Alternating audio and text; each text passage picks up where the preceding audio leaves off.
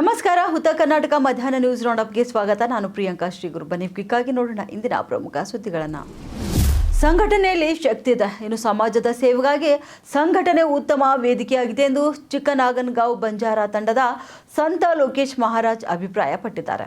ಇನ್ನು ಪಟ್ಟಣದಲ್ಲಿ ನಡೆದ ಕರ್ನಾಟಕ ಪ್ರದೇಶ ಬಂಜಾರ ಸೇವಾ ಸಂಘ ಉದ್ಘಾಟನಾ ಸಮಾರಂಭ ಮತ್ತು ನೂತನ ಪದಾಧಿಕಾರಿಗಳ ಆಯ್ಕೆ ಕಾರ್ಯಕ್ರಮದ ಸಾನ್ನಿಧ್ಯ ವಹಿಸಿ ಅವರು ಮಾತನಾಡಿ ಹೀಗೆ ಹೇಳಿದ್ದಾರೆ. ಇನ್ನು ಸಮಾಜಕ್ಕಾಗಿ ದುಡಿಯುವುದು ಪ್ರತಿಯೊಬ್ಬ ನಾಗರಿಕರ ಕರ್ತವ್ಯವಾಗಿದೆ. ನಮ್ಮ ವೈಯಕ್ತಿಕ ಕಾರ್ಯಕ್ರಮಗಳಂತೆ ಸಮಾಜಕ್ಕಾಗಿ ಯಾರು ದುಡಿಯುತ್ತಾರೋ ಅವರ ಬದುಕು ಸಾರ್ಥಕ ಬದುಕಾಗುತ್ತೆ. ಇನ್ನು ಮನುಷ್ಯನ ಜೀವನ ಇನ್ನೊಬ್ಬರ ಒಳಿತಿಗಾಗಿ ಬಂದಿರುತ್ತದೆ. ಹೀಗಾಗಿ ಮನುಷ್ಯ ಜನ್ಮದ ಸಾರ್ಥಕತೆಗೆ ಸಮಾಜ ಸೇವೆ ಮಾಡಬೇಕು ಎಂದು ಅವರು ತಿಳಿಸಿದರು. ಇನ್ನು ಕಾರ್ಯಕ್ರಮ ಉದ್ಘಾಟಿಸಿ ಮಾತನಾಡಿದ ಕರ್ನಾಟಕ ಪ್ರದೇಶ ಬಂಜಾರ ಸೇವಾ ಸಂಘದ ಜಿಲ್ಲಾಧ್ಯಕ್ಷ ಆನಂದ್ ಬಾಬು ಹೊನ್ನನಾಯಕ್ ಅವರು, ಸಮಾಜಕ್ಕಾಗಿ ದುಡಿಯುವ ಪ್ರತಿಯೊಬ್ಬರು ನಮ್ಮ ಸಂಘಟನೆಗೆ ಅತ್ಯವಶ್ಯಕವಾಗಿದ್ದಾರೆ.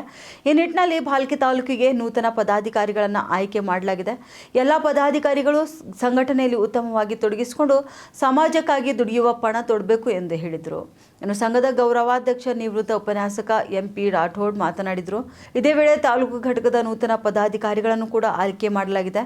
ನೂತನ ಅಧ್ಯಕ್ಷರನ್ನಾಗಿ ವಿಲಾಸ್ ಕಾಶಿನಾಥ್ ರಾಠೋಡ್ ಅವರಿಗೆ ಆಯ್ಕೆ ಮಾಡಲಾಯಿತು. ಕಾರ್ಯಕ್ರಮದಲ್ಲಿ ಜಿಲ್ಲಾ ಸಂಘಟನೆಯ ಸುಭಾಷ್ ಚೌಹಾಣ್, ಪರಾಕಾಶ್ ಪವಾರ್, ಬಾಬು ರಾಠೋಡ್, ಬಾಲಾಜಿ ರಾಠೋಡ್, ವಿಜಯ್ ರಾಠೋಡ್, ದಯಾನಂದ್ ಜಾಧವ್, ಕಾರ್ಯನಿರತ ಪತ್ರಕರ್ತರ ಸಂಘದ ತಾಲೂಕು ಅಧ್ಯಕ್ಷ ಜಯರಾಜ್ ದಾಬ್ಶೆಟ್ಟಿ, ರಾಮ್ ಚೌಹಾಣ್, ರಾಜ್ಕುಮಾರ್ ಖೂಬಾ ರಾಠೋಡ್, ಮಾನಜಿ ರಾಠೋಡ್, ಅಂಕುಶ್ ರಾಠೋಡ್, ಗೋಪಾಲ್ ಜಾಧವ್, ಗೋವಿಂದ್ ಚೌಹಾಣ್, ಭೀಮರಾವ್ पवार, ಪುರಸಭೆ ಸದಸ್ಯ ಬಾಬುರಾವ್ ರಾಠೋಡ್ ಉಪಸ್ಥಿತರಿದ್ದರು. नवीन पदाधिकारी करे वास्ते जो आज ही सभे आयोजन करविलेचा हे मंच पर भेटे हुए आपण लोकेश महाराज चरण नमन करतो हुयो, संत शिवलाल महाराज अनिमयज चरण नमन करतो हुयो, आयन हृदय करतो हुयो आणि या मंच पर भेटे हुए से उपस्थित गण्य आणि समाज चालू करें बोलेगा संघ जो बॉडी तयार केली आपण तालुक्यामध्ये आणि सारे नगरग्राम डिस्ट्रिक्ट बॉडीने आणि अनुचा जे साहेब प्रमुख जो हम फिरायचे आणि संपूर्ण समाजामध्ये ते आणि काही येतोले हम सपोर्ट करायला करताना ते किंवा तब से आयल म्हणे मला भरोसा करा म्हणून अध्यक्ष केली करा तुम्हाला शेअर धन्यवाद.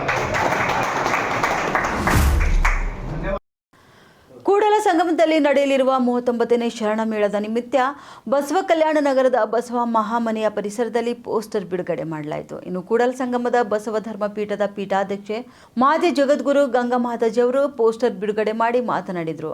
ಜನವರಿ 12, 13, 14ರಂದು ಕೂಡಲ ಸಂಗಮದಲ್ಲಿ 39ನೇ ಶರಣ ಮೇಳ ನಡೆಯಲಿದ್ದು, ಬಸವಾದಿ ಶರಣರ ತತ್ವ ಸಿದ್ಧಾಂತಗಳ ಪ್ರಚಾರ ಹಾಗೂ ಪ್ರಸಾರದ ಉದ್ದೇಶದಿಂದ ಶರಣ ಮೇಳ ಆಯೋಜಿಸಲಾಗಿದೆ. ಹಾಗಾಗಿ ಬಸವ ಭಕ್ತರು ಹೆಚ್ಚಿನ ಸಂಖ್ಯೆಯಲ್ಲಿ ಪಾಲ್ಗೊಳ್ಳಬೇಕು ಎಂದು ತಿಳಿಸಿದರು. ಇದೇ ಸಂದರ್ಭದಲ್ಲಿ ರಾಷ್ಟ್ರೀಯ ಬಸವ ದಳದ ಹುಲ್ಸೂರು ತಾಲೂಕು ಅಧ್ಯಕ್ಷರಾಗಿ ಬಸವಾಭಿಮಾನಿ ದತ್ತಾತ್ರೇಯ ರಘು ಅವರನ್ನು ನೇಮಿಸಿ ಸನ್ಮಾನಿಸಿ ಗೌರವಿಸಲಾಯಿತು.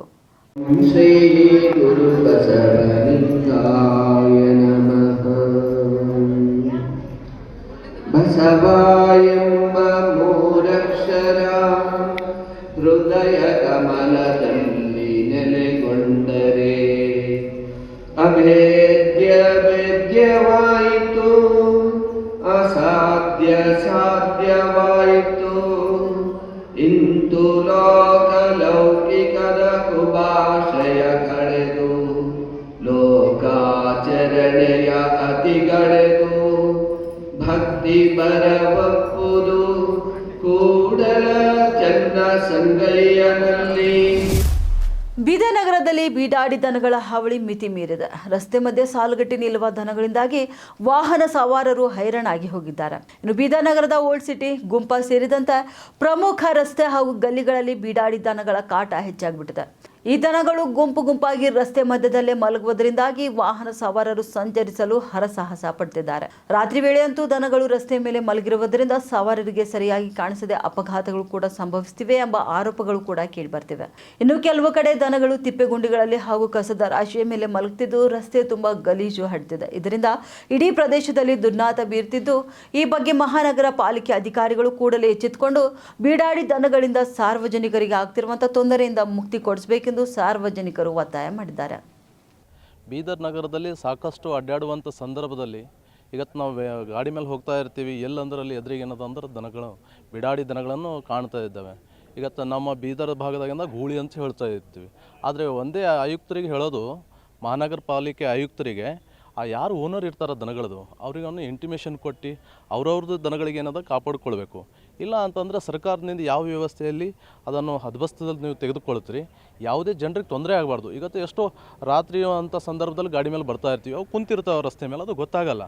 ಆಕಸ್ಟ್ ಇವತ್ತು ನಾವೆಲ್ಲೋ ಸಣ್ಣ ಮಕ್ಕಳಿಗೆ ತೊಗೊಂಡು ಹೋಗ್ತಾ ಇರ್ತೀವಿ, ಬ್ರೇಕ್ ಒಂದು ಹಾಕಿದಾಗ ಏನದಂದ್ರೆ ಸ್ವಲ್ಪ ಪ್ರಾಬ್ಲಮ್ ಆಗುವಂಥ ಸಮಸ್ಯೆ. ಇವತ್ತು ನಾವು ಎಲ್ಲೂ ಅಲ್ಲಿ ಇಲ್ಲಿ ಆಕ್ಸಿಡೆಂಟ್ ಆಗೋದನ್ನು ನಾವು ಗಮನಕ್ಕಿದೆ ಮತ್ತು ನಾವು ಕಣ್ಣಾರೆ ನೋಡ್ತಾ ಇದ್ದೀವಿ. ಅದಕ್ಕೆ ಇಂಥವು ಯಾವುದೇ ಅನಾಹುತನ ತಡಿಬೇಕಾದ್ರೆ ಮಹಾನಗರ ಪಾಲಿಕೆ ಆಯುಕ್ತರಿಂದ ಎಚ್ಚೆತ್ಕೊಂಡು ತಕ್ಷಣದಿಂದ ರಾತ್ರಿಯಲ್ಲಿ ಅವರು ಒಂದು ಸರಿ ಚಕ್ಕರ್ ಬೀದರ್ ನಗರದಲ್ಲಿ ರೌಂಡ್ ಹೊಡಿಲಿ, ಅವ್ರಿಗೆ ಗೊತ್ತಾಗ್ತವೆ. ಈಗ ಅದು ಈಗ ಹಡಪದಪ್ಪನ ಚೌಕ್ನಿಂದ ನಮ್ಮ ರಿಂಗ್ ರೋಡ್ ರಸ್ತೆಯಲ್ಲಿ ಕಾಣ್ತವೆ. ಈ ಕಡೆ DC ಆಫೀಸ್ ಕಡೆ ಸಹಿತ ನಾವು ನೋಡ್ತಾ ಇರ್ತೀವಿ. ಓಲ್ಡ್ ಸಿಟಿ ಅಂತೂ ಕಂಡಬಿಟ್ಟು ಇರ್ತಾವೆ, ಅಲ್ಲಿ ಎಲ್ಲಿ ಬಂತು ಅಲ್ಲಿ ಇದ್ದಿರ್ತಾವೆ, ನಾವು ನೋಡ್ತೀವಿ. ಅದಕ್ಕೆ ತಕ್ಷಣದ ಮಹಾನಗರ ಪಾಲಿಕೆ ಆಯುಕ್ತರು ಇದೊಂದು ವ್ಯವಸ್ಥಿತವಾದಂಥ ಒಂದು ರೀತಿಯಲ್ಲಿ ಅವರು ಒಂದು ಇಂಟಿಮೇಷನ್ ಕೊಟ್ಟು ಇದು ಒಂದು ತಡೆ ಹಿಡಿದ್ರು ಅಂತಂದರೆ ಯಾವುದೇ ರೀತಿಯಿಂದ ಜನರಿಗೆ ತೊಂದರೆ ಆಗಲ್ಲ ಅನ್ನುವಂಥ ಮಾತನ್ನು ಈ ಸಂದರ್ಭದಲ್ಲಿ ಸ್ಪಷ್ಟಪಡಿಸಲಿಕ್ಕೆ ಇಷ್ಟಪಡ್ತೀನಿ. ನಮ್ಮ ದೇಶದಲ್ಲಿ ಬಾಂಗ್ಲಾ ವಲಸಿಗರು, ರೋಹಿಂಗ್ಯಾಗಳು ಬಹಳ ಜನರಿದ್ದಾರೆ. ಅವರನ್ನೆಲ್ಲ ದೇಶದಿಂದ ಹೊರಹಾಕಲು ಕೇಂದ್ರ ಸರ್ಕಾರ ಕೆಲಸ ಮಾಡ್ತಿದೆ. ಅದರಂತೆ ಕರ್ನಾಟಕದಲ್ಲಿಯೂ ಕೂಡ SIR ಜಾರಿ ಆಗಬೇಕು ಎಂದು ವಿಜಯಪುರ ಶಾಸಕ ಬಸವನಗೌಡ ಪಾಟೀಲ್ ಯತ್ನಾಳ್ ಹೇಳಿದ್ದಾರೆ. ಜಿಲ್ಲೆಯಲ್ಲಿ ಮಾಧ್ಯಮದವರೊಂದಿಗೆ ಮಾತನಾಡಿದ ಅವರು, SIR ಜಾರಿಗೆ ಬಂದ ನಂತರ ಈ ವಲಸಿಗರು ಹಾಗೂ ರೋಹಿಂಗ್ಯಾಗಳಿಗೆ ತೊಂದರೆ ಆಗಿದೆ. ಇವರ ನಡುವೆ ಇವರಿಗೆ ಸಹಕಾರ ಬೆಂಬಲ ನೀಡುವವರನ್ನು ಕೂಡ ದೇಶ ಬಿಟ್ಟು ಹೊರಹಾಕಬೇಕು. ನಮ್ಮ ರಾಜ್ಯದಲ್ಲಂತೂ ಇಂಥವರು ಅನೇಕರಿದ್ದಾರೆ. ಕರ್ನಾಟಕದಲ್ಲಿಯೂ ಕೂಡ SIR ಜಾರಿ ಆಗಬೇಕು. ಇಲ್ಲಿಗೆ ವಲಸೆ ಬಂದು ಅವರು ಇಲ್ಲಿ ಮತದಾರರಾಗಿದ್ದಾರೆ ಎಂದು ತಿಳಿಸಿದ್ದಾರೆ. ನಮ್ಮ ವಿಜಯಪುರದಲ್ಲಿ 20,000ಕ್ಕೂ ಅಧಿಕ ಜನ ಈ ತರಹದ ಕಳ್ಳರಿದ್ದಾರೆ. ಈ ನಕಲಿ ಮತದಾರರ ವಿರುದ್ಧ ಜಿಲ್ಲಾಧಿಕಾರಿಗಳಿಗೆ ಮನವಿ ನೀಡಿದ್ದೇನೆ. ಒಬ್ಬ ಸಲೀಂ ಅಂತ 3 ವೋಟರ್ ID ಮಾಡಿಸಿಕೊಂಡಿದ್ದಾನೆ. ಅವನ 3 ವೋಟರ್ ಐಡಿಯಲ್ಲಿ ಫೋಟೋ ಒಂದೇ ಇದೆ, ಆದರೆ ಒಂದೊಂದು ವೋಟರ್ ಐಡಿಯಲ್ಲಿ ಒಂದೊಂದು ಶಬ್ದಗಳ ಅಕ್ಷರಗಳಲ್ಲಿ ವ್ಯತ್ಯಾಸ ಮಾಡಲಾಗಿದೆ ಎಂದು ದೂರನ್ನ ನೀಡಿದ್ದಾರೆ. ಬಿಜೆಪಿ ಅವರಿಗೆ ಕೃತಜ್ಞತೆ ಇಲ್ಲ. ಗಾಂಧೀಜಿ ಅವರ ಕೊಡುಗೆ ಬಗ್ಗೆ ಅವರಿಗೆ ಜ್ಞಾನ ಇಲ್ಲ. ಅದಕ್ಕಾಗಿ ಅಂತಲೇ ನರೇಗಾದಲ್ಲಿರುವ ಗಾಂಧೀಜಿ ಅವರ ಹೆಸರು ಬದಲಾವಣೆ ಮಾಡುವ ಕಾರ್ಯಕ್ಕೆ ಮುಂದಾಗಿದ್ದಾರೆ ಎಂದು ಜಿಲ್ಲಾ ಉಸ್ತುವಾರಿ ಸಚಿವರಾದ ರಾಮಲಿಂಗ ರೆಡ್ಡಿ ಬಿಜೆಪಿ ವಿರುದ್ಧ ವಾಗ್ದಾಳಿ ನಡೆಸಿದ್ದಾರೆ. ಪಟ್ಟಣದ NES ಸರ್ಕಲ್ನಲ್ಲಿ ನೂತನವಾಗಿ ನಿರ್ಮಾಣವಾಗಿರುವ ಗಾಂಧಿ ಪ್ರತಿಮೆ ಅನಾವರಣಗೊಳಿಸಿ ಮಾತನಾಡಿದ ಅವರು, ಬಿಜೆಪಿಯವರ ದುಷ್ಟತನದ ಬುದ್ಧಿ ಇದರಿಂದಲೇ ಗೊತ್ತಾಗಿದೆ. ಗಾಂಧೀಜಿ ಅವರನ್ನ ಕೊಲ್ಲಲು 6 ಬಾರಿ ಗೂಡ್ಸಿ ಸಂಚು ಮಾಡಿದ್ರು. 7ನೇ ಬಾರಿಗೆ ಅವರನ್ನ ಕೊಲೆ ಮಾಡಿದ್ರು. ಈಗ ಬಿಜೆಪಿಯವರು ಮತ್ತೊಮ್ಮೆ ಮಹಾತ್ಮ ಗಾಂಧಿಯನ್ನ ಕೊಲೆ ಮಾಡಿದ್ದಾರೆ.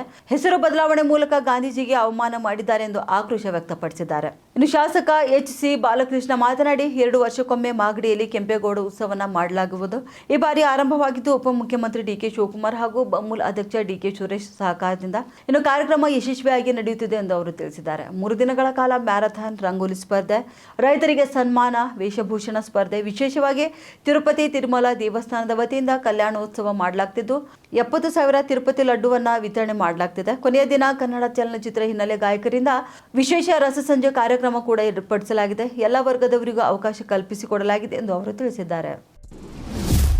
ಅವರೆಲ್ಲ ಹಳ್ಳಿ ಹೆಣ್ಮಕ್ಳು, ಬೆಳಗ್ಗೆದ್ದು ಮುದ್ದೆ ಮುರಿಯೋದನ್ನಷ್ಟೇ ಕಾಯಕ ಅಂದ್ಕೊಂಡಿದ್ರು. ಆದರೆ ರಾಷ್ಟ್ರೀಯ ಗ್ರಾಮೀಣ ಜೀವನೋಪಾಯ ಅಭಿಯಾನದಡಿ ಗ್ರಾಮ ಸ್ವಚ್ಛ ಮಾಡೋಕ್ಕೂ ಸೈ, ಆಟೋ ಓಡಿಸೋಕ್ಕೂ ಸೈ ಅಂತ ತೋರಿಸ್ಕೊಟ್ಟಿದ್ದಾರೆ.